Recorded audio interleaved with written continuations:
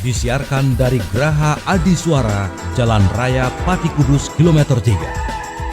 Inilah 101 FM. Radio Pas Pati. Saluran informasi warga Pati. Mitra Pas, saatnya Anda ikuti kajian tafsir Ibnu Katsir bersama Ustadz Abdul Kholik Syafi'i MPD Al-Hafidh, pengasuh Pondok Pesantren Yambu'ul Ulum, Sukolilo Pati. Selamat mengikuti. Assalamualaikum warahmatullahi wabarakatuh. Makin pas, makin pasti, Pas FM pasti.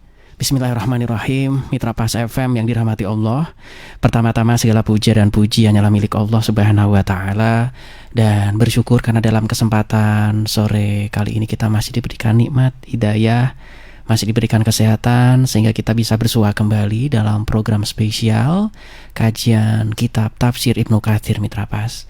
Tak lupa juga sholawat ma'asalam kepada Kanjeng Nabi Muhammad Sallallahu Alaihi Wasallam yang kita nantikan syafaatnya di hari kiamat nanti. Baik Mitra Pas FM yang dirahmati Allah, senang rasanya setiap hari Rabu sore dari jam 5 sampai nanti jelang maghrib, saya Rifani Li hadir kembali untuk Anda dalam program kajian kitab tafsir Ibnu Katsir.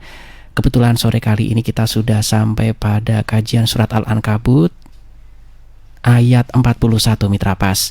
Tentunya seperti biasa bagi Anda yang ingin berdialog, berdiskusi nanti, Anda bisa telepon ya. Untuk telepon bisa di 02953858877. Dan untuk WhatsApp ini lebih enak, Mitra Pas, karena Anda bisa kirim suara Anda atau voice note ketika Anda mungkin mendengarkan siaran ini sambil nyambi melakukan pekerjaan yang lain. Tinggal kirim suara Anda atau voice note di 085277999101. Pesan tulisan teks juga boleh ya Mitra Pas. Kemudian kami juga punya streaming audio visual, ada podcast kami, linknya bisa Anda share ke ikhwan Anda Mitra Pas. Silakan Anda bisa berkunjung ke fans page kami untuk pengguna Facebook Radio Pas FM Pati 2. Anda bisa searching di sana. Dan sore kali ini sudah rawuh di Studio 1 Radio Pas FM Pati narasumber kita untuk memberikan pencerahan. Beliau adalah Al-Ustadz Abdul Kholik Syafi'i MPD Al-Hafidh, pengasuh Pondok Pesantren Yambu'ul Ulum, Sukolilo, Dukuh Tambang Sari, RT 6 RW 4 Pati. Assalamualaikum warahmatullahi wabarakatuh, Ustaz. Waalaikumsalam warahmatullahi wabarakatuh. Monggo Ustaz. Assalamualaikum warahmatullahi wabarakatuh. Alhamdulillahilladzi hadana lihada wa ma kunna linahtadiya laula an hadana Allah. Asyhadu an la ilaha illallah wahdahu la syarika lah wa asyhadu anna Muhammadan abduhu wa rasuluh. Allahumma fasalli wa sallim wa barik ala sayyidina wa maulana Muhammadin wa ala alihi wa sahbihi ajma'in. Subhanaka la ilma lana illa ma 'allamtana innaka antal alimul hakim. Wa tub 'alaina ya maulana innaka antat tawwabur rahim. Rabbi shrah li sadri wa yassir li amri wahlul 'uqdatam min lisani yafqahu qawli. Amin. Amma ba'd. Mitra Pas FM dimanapun berada, semoga senantiasa dalam lindungan Allah Subhanahu wa ta'ala. Kru Pas FM yang sore hari ini bertugas, Mas Ari yang setia menemani, semoga Allah memberikan keberkahannya kepada kita semua. Amin. Baiklah Mitra Pas FM dimanapun berada, bismillah, mari kita lanjutkan kajian kita Tafsir Ibnu Katsir Surah Al-Ankabut ayat ke-41. A'udzu billahi minasy syaithanir rajim.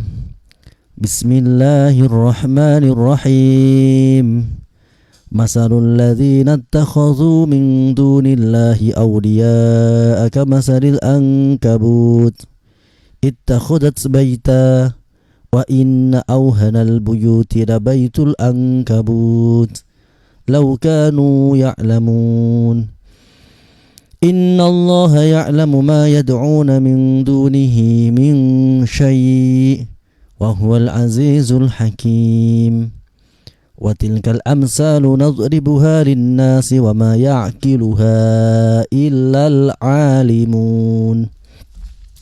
Bismillahirrahmanirrahim. Hada masalun darabahu Allah Ta'ala lil musyrikina fi ittikhadihim alihah min dunillah.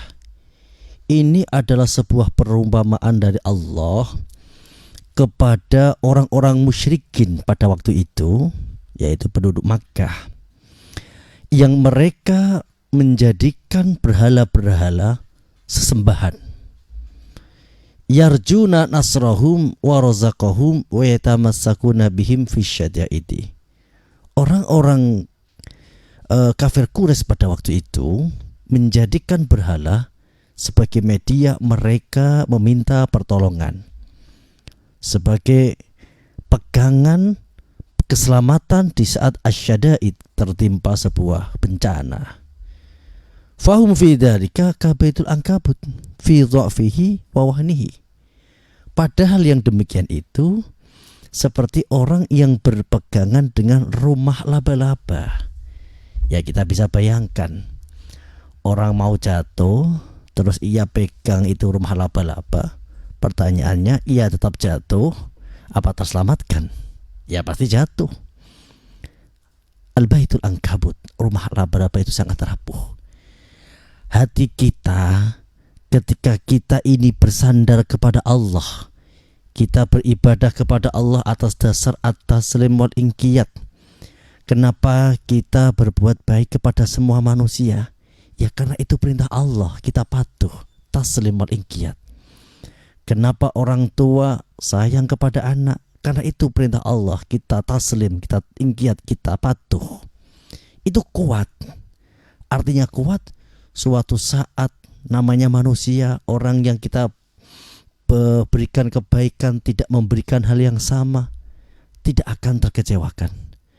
Kalau kita melakukan kebaikan apapun, kita dasari atas dasar kepatuhan kepada perintah Allah, kita sedang berpegangan dengan al-urwatul usqa, pegangan yang kuat, tidak tergoyahkan.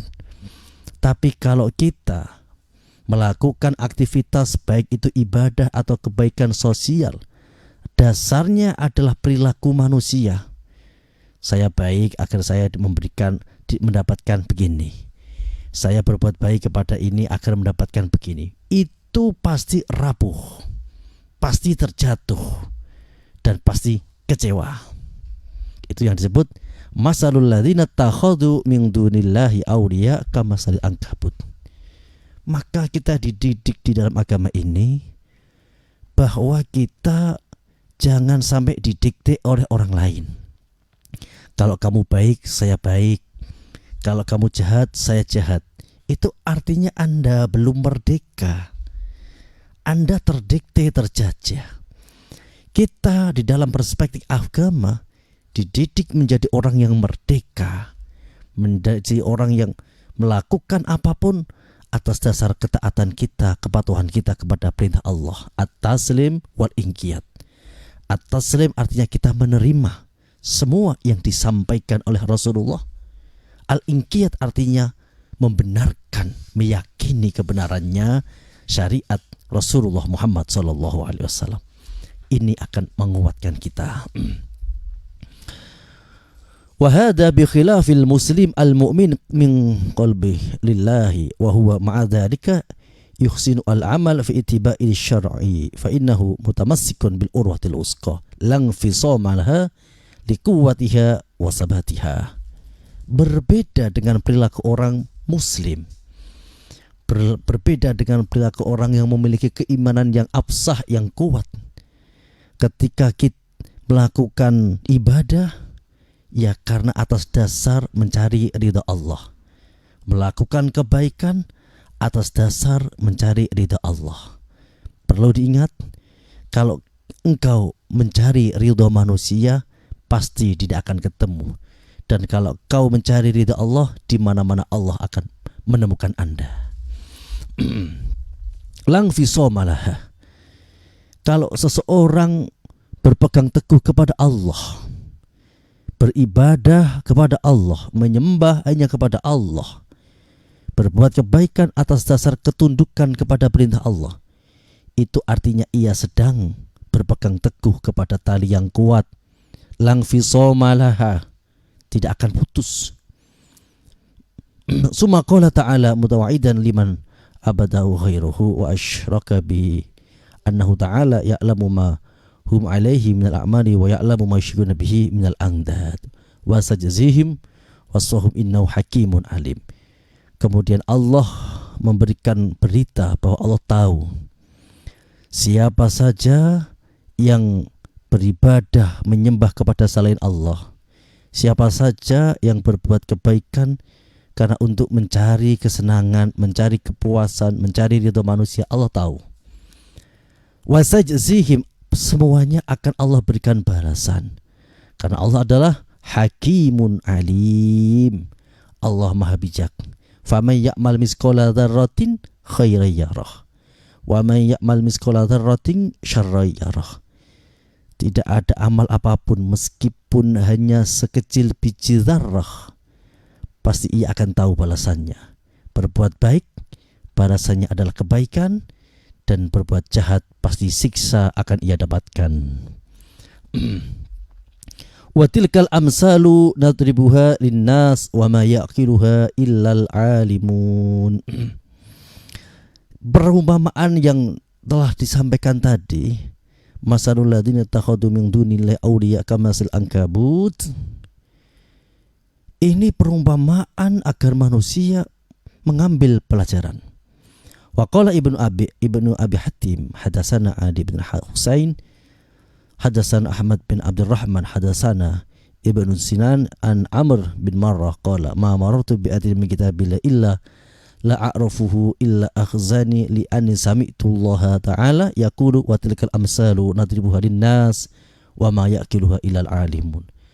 Para sahabat sangat takut kalau sampai tidak memahami amsal-amsal perumpamaan dalam Al-Quran. Karena orang yang tidak bisa mengambil pelajaran, tak bisa memahami perumpamaan Al-Quran, la yaqilun, tidak memiliki akal yang sempurna. Kita lanjutkan. Khalaqallahu samawati wal arda bil haqq inna fi dzalika laayatan lil mu'minin utlu ma uhiya ilaika minal kitabi wa aqimis shalah innas salata tanha 'anil fahsya'i wal munkar wa la dzikrullahi akbar wallahu ya'lamu ma tasna'un. Yaqulu ta'ala mukhbirun an qudratihil 'azimah annahu khalaqas samawati wal arda bil haqq yakni la ala wajhil abasi wal la'ab. Allah Subhanahu wa taala menghabarkan melalui ayat ini tentang kudrahnya yang al-azim. Jadi Allah itu mempunyai kodrat dan irodat, memiliki kekuasaan yang tak terbatas dan memiliki kehendak yang tidak bisa dihalang-halangi. Apapun yang dikehendaki Allah pasti terjadi. Innam amruhu idza arada syai'an ayyakula lahu kun fayakun. Atau dalam ayat lain, wa ma tasya'una illa ayyasha Allahu rabbul alamin. Sifat kudruhnya Allah tidak terbatas. Allah menciptakan 7 langit dan 7 bumi bil haq, yakni la ala wajil abs, bahwa tidak ada yang diciptakan Allah kecuali ada manfaat. Maksudnya seperti itu. Litu jaza kullu nafsin bima tas'a. Ini ayat yang lain. Nah, berarti ayat menafsirkan ayat. Liyajziyal ladzina asa'u bima amilu wa yajziyal ladzina ahsanu bil husna. Semua akan ada balasannya. Barang siapa yang berbuat baik, ya dibalas kebaikannya, dan barang siapa yang berbuat jahat, ya dibalas kejahatannya. Inna fi dzalika laayatan lil mu'minin. Penciptaan langit, bumi dan segala isinya itu menjadi ayat, bukti kudrahnya Allah dan bukti sifat-sifat Allah. Jadi kalau umat-umat terdahulu seperti zaman Nabi Musa, itu mukjizatnya adalah tongkat yang bisa membelah lautan. Nabi Sholih, anak unta yang keluar dari batu. Kita sebagai umat Nabi Muhammad SAW diberikan mukjizat Al-Quran yang isinya selalu relevan sepanjang masa. Berbagai macam konsep ilmu pengetahuan, berbagai macam tentang sebagai tuntunan dalam kehidupan yang menjadikan hidup ini sa'adatud darain. Inti dari mukjizat, sebenarnya esensi dari mukjizat ini menunjukkan hebatnya Allah dan lemahnya manusia. Seperti tongkatnya Nabi Musa yang bisa membelah lautan, menunjukkan hebatnya Allah dan tidak mampunya Fir'aun. Kalau esensi mukjizat seperti itu, maka Al-Quran sudah bisa menjawab. Al-Quran menyampaikan, wa fi anfusikum afala tubsirun. Di dalam diri kita bisa menemukan betapa sifat kudrohnya Allah. Dalam diri kita ini kita bisa hidup sampai sekarang ini karena ada sekian banyak makhluk Allah yang bernama organ-organ tubuh yang bekerja tak kenal lelah 24 jam. Jantung, paru-paru, sel darah merah, sel darah putih, saraf yang jumlahnya ratusan, semuanya bekerja untuk menopang kehidupan kita dan kita tidak pernah menyadari. Ini Al-Quran. Juga menyampaikan inna fi khalqis samawati wal ardi wa ikhtilafil laili wan nahar la ayatil ulil albab. Tidak usah menunggu tongkat yang bisa membelah lautan. Cukup kita pahami konsep Al-Quran pergantian siang dan malam. Ini adalah kudrohnya Allah. Tidak ada yang bisa mendesain pergantian siang dan malam. Tidak ada yang bisa membuat seperti ciptaan Allah. Ini sudah cukup menjadi al-hujjah al-balighah, menjadi tanda sifat kudrohnya Allah subhanahu wa ta'ala. Ini Al-Quran. Selain itu Al-Quran juga menjadi solusi. Ketika kita hidup bertetangga, hidup berumah tangga, bermasyarakat sosial, Al-Quran memberikan solusi. Walau kunta faddan ghalidul qalbi lang faddu min haulik. Kalau kita hidup sosial dimanapun kita berada, hati kita keras, ego kita tinggi, maka orang-orang akan menjauh dari kita. Walau kunta faddan ghalidul qalbi lan faddu min haulik. Fa'fu anhum wastaghfir lahum wasyawirhum fil amr. Solusinya apa agar kita bisa harmoni dalam kehidupan ini?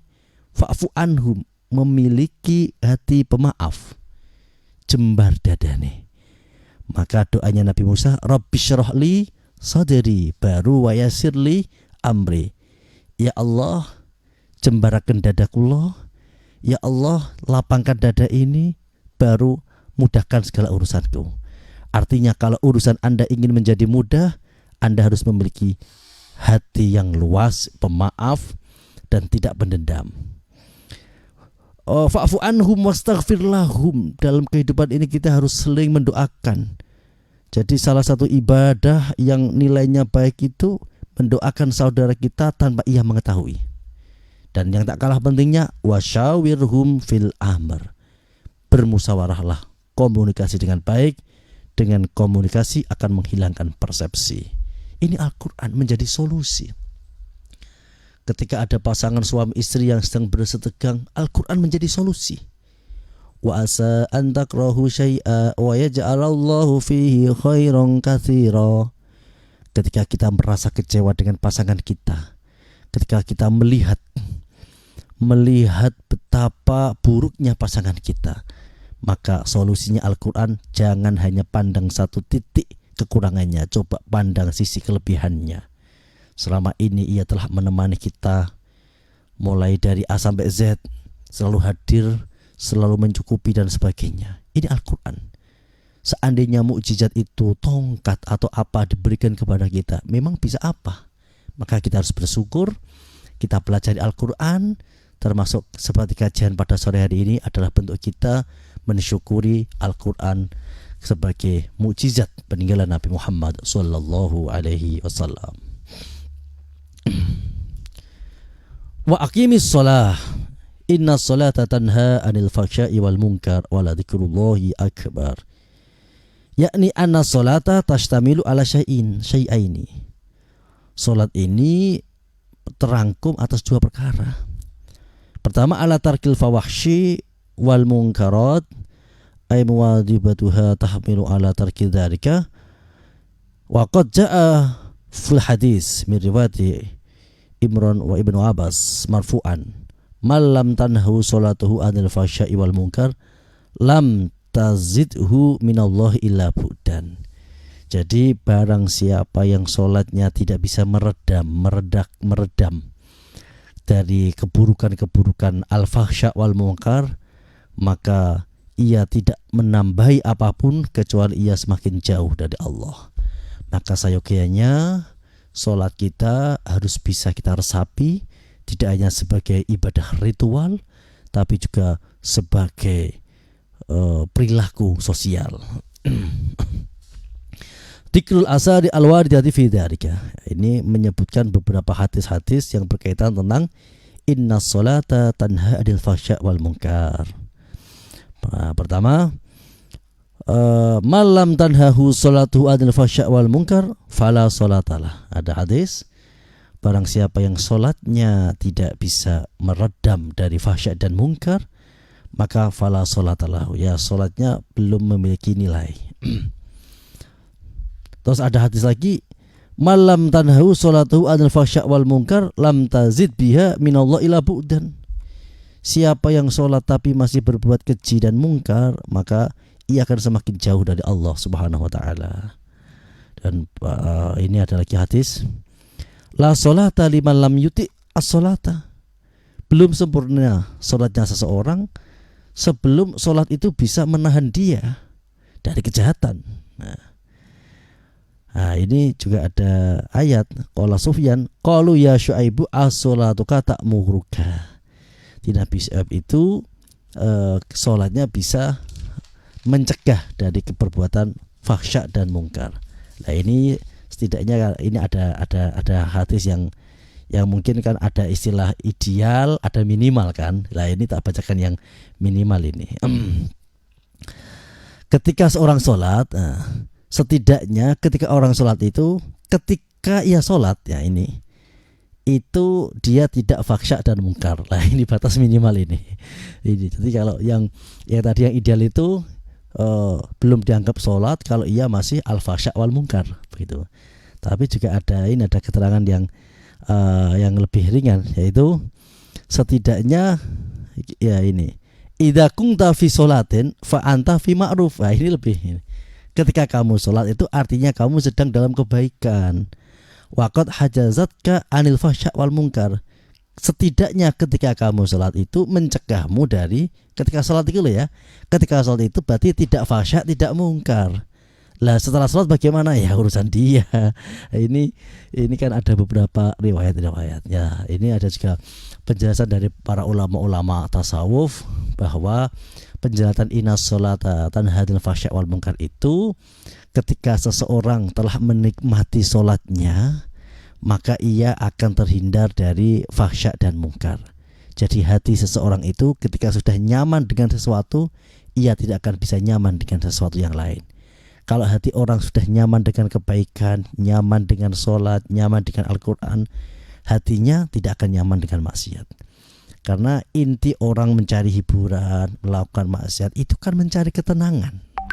Kalau ketenangan sudah ia temukan ketika sholat, maka ia tidak akan mencari ketenangan ke dalam kemaksiatan. Nah, mungkin seperti itu.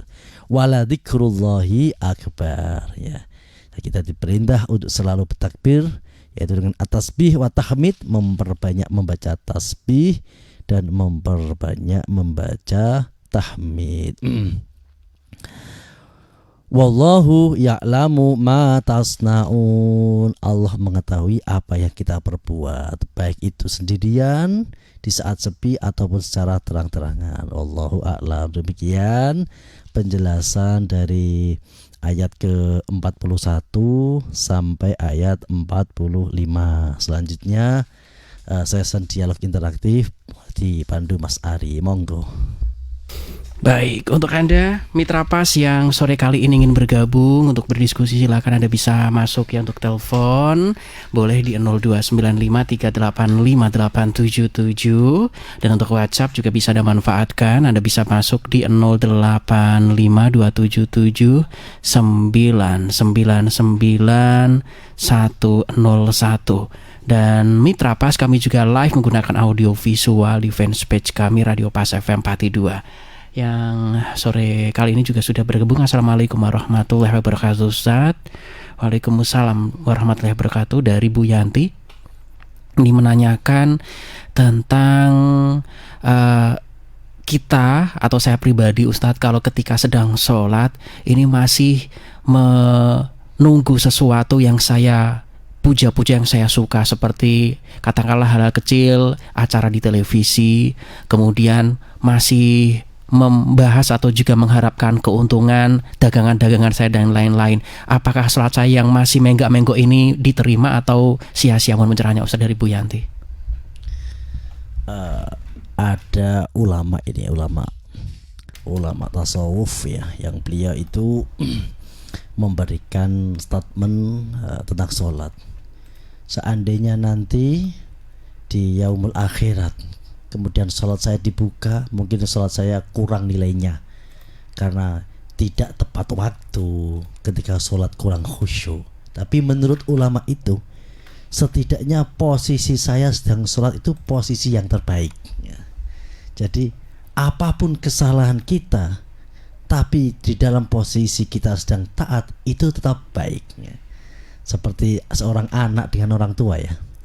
Mungkin anak yang dekat dengan orang tua itu yang sudah hormat, sudah memberikan takzim, sudah berbakti, itu mungkin ya banyak salahnya, kurang ini kurang itu.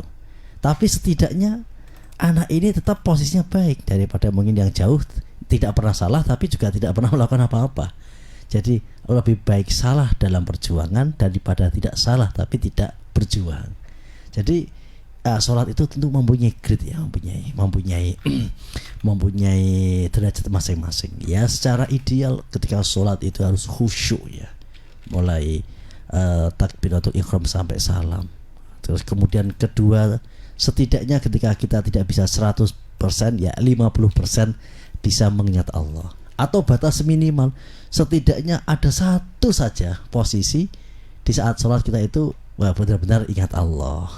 Atau ya setidaknya lagi sholat sampai begitu. Jadi mungkin ya kita selalu berusaha untuk sholat kita itu lebih baik kualitasnya. Jadi ketika sholat sebagaimana para sahabat menikmati sholatnya, sehingga ketika terjadi penikaman di masa Khalifah Umar bin Khattab itu kan karena ya para sahabat itu saking menikmati sholatnya, sehingga ada seorang penyusup Abu Lu'lu'ah itu merangsek masuk. Sahabat itu tidak lihat karena saking menikmati sholatnya sehingga bisa melukai Sayyidina Umar seperti itu. Kalau kita itu jangankan orang masuk, kucing lewat saja kita lihat. Kadang-kadang yang depan pakai kaos kita baca toko bangunan barokah. Jadi ya yang penting tentu ada makomnya sendiri-sendiri. Yang penting kita selalu sholat berusaha untuk baik, dan kekurangannya kita memohon ampun kepada Allah Subhanahu wa taala. Demikian tadi. Baik, yang sudah bergabung, Assalamualaikum warahmatullahi wabarakatuh Ustadz. Waalaikumsalam warahmatullahi wabarakatuh. Dari Mas Abdul ini menanyakan tentang fasya wal mungkar tadi Ustadz. Saya masih kebingungan karena kita ini kan hamba-hamba orang Indonesia, Jawa Pati, sehingga ya seperti itulah kira-kira, kumpul sana juga ikut sana, kumpul sini ikut sini, nggak karu-karuan. Lah ini bagaimana tentang fasya wal mungkar? Padahal kita juga kalau mau jujur juga masih melakukan hal-hal yang seperti itu. Dari Pak Abdul tadi, mohon pencerahannya Ustaz, monggo. Jadi fahsya itu perbuatan-perbuatan kecil ya mungkin yang berkaitan tentang kekejian yang mungkin yang ada kaitan dengan perempuan begitu. Mungkar itu perbuatan yang kejahatan, yang dengan kegiatan-kegiatan yang merugikan orang lain. Ya intinya di dalam sholat ini kita tetap posisi sholat, meskipun sholat kita belum bisa mencegah dari keburukan, kefahsyaan dan kemungkaran tetap sholat. Nah, karena begini, Ada ayat ini, summa aurasnal kitabal ladzina safaina min ibadina faminhum dzalimun li nafsi wa minhum muqtasid wa minhum sabiqun bil khairati biidznillah. Dzalika huwal fadlul kabir. Jadi posisi seorang mukmin itu terbagi menjadi 3. Nah, jadi pertama ada dari semua orang mukmin, seseorang yang sudah mengucapkan kalimat syahadat itu berarti dia sudah menjadi walinya Allah. Dalam arti wali itu dijaga, orang yang dilindungi Allah, dijaga hartanya, kehormatannya, hartanya, terus kemudian nyawanya. Pertama ada waliullah awam, yaitu orang zalimul li nafsi, ya sholat tapi maksiat jalan terus. Nah, orang yang seperti ini nanti terserah Allah. Kalau Allah ingin mengampuni ya diampuni, atau Allah nanti ingin menyiksanya terlebih dahulu setelah jangka waktu, kemudian diampuni Allah karena masih memiliki iman, terus diangkat ke surga. Terus kemudian ada waliullah khawas, yaitu orang yang grade-nya lebih tinggi, yaitu dia tidak melakukan dosa besar dan tidak membiasakan dosa kecil. Nah, seperti ini derajatnya lebih tinggi. Terus kemudian yang derajat yang ketiga khawasul khawas, yaitu ya dia ya adil, menjaga keadilannya, tidak fasik, dan juga selalu langgeng ma'rifate. Langgeng ma'rifate itu artinya ya selalu apapun selalu ingat kepada Allah. Jadi likulli halin maqamun wa likulli maqamin halun. Jadi sesuai dengan posisinya masing-masing. Jangan meninggalkan sholat karena belum bisa khusyuk. Jangan jadikan alasan karena belum bisa khusyuk, belum bisa masih maksiat, masih apa, terus kemudian tidak sholat. Jangan seperti itu. Wes pokoknya sholat terus, meskipun kita belum menjadi orang yang benar-benar baik, tetap jalankan sholat. Semoga sholat ini nanti barokahnya sholat membawa kita, memperbaiki hidup kita menjadi lebih baik. Begitu Mas Adi. Baik, berikutnya ini ya saya bacakan dari hamba Allah saja ini Ustadz. Assalamualaikum warahmatullahi wabarakatuh Ustadz. Waalaikumsalam warahmatullahi wabarakatuh. Ustadz ingin bertanya dan sekaligus curhat ini. Bagaimanakah caranya menyadarkan suami yang selingkuh, yang kapoknya kapok lombok Ustadz? Sama anak dan orang tua pun dia gak sayang, gak gemati, juga gak loman. Bagaimana supaya dia sadar dan mau mengingat Allah Subhanahu wa Ta'ala yang otomatis akan menyayangi istri dan anak dan orang tuanya, dan meninggalkan kemaksiatan. Ya baik lagi tadi fasya'wal mungkar ini. Mohon penjelasannya Ustaz, saya bacakan dari hamba Allah saja ini, monggo Ustaz. Menarik ini. Ya, jadi setiap orang memiliki masalahnya masing-masing ya. Ya, ketika ia pengemudi mobil ya masalahnya jalan gelombang, ketika ia pengemudi kapal ya masalahnya besarnya ombak.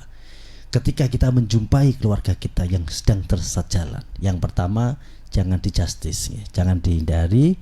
Terus kemudian jangan dimusuhi, kita doakan. Yang pertama kita doakan. Terus yang kedua, kita dekatkan dengan para ulama. Bisa kita tawasul dengan para ulama, kita minta nasihatnya, minta kita diberikan nasihat, diberikan doa.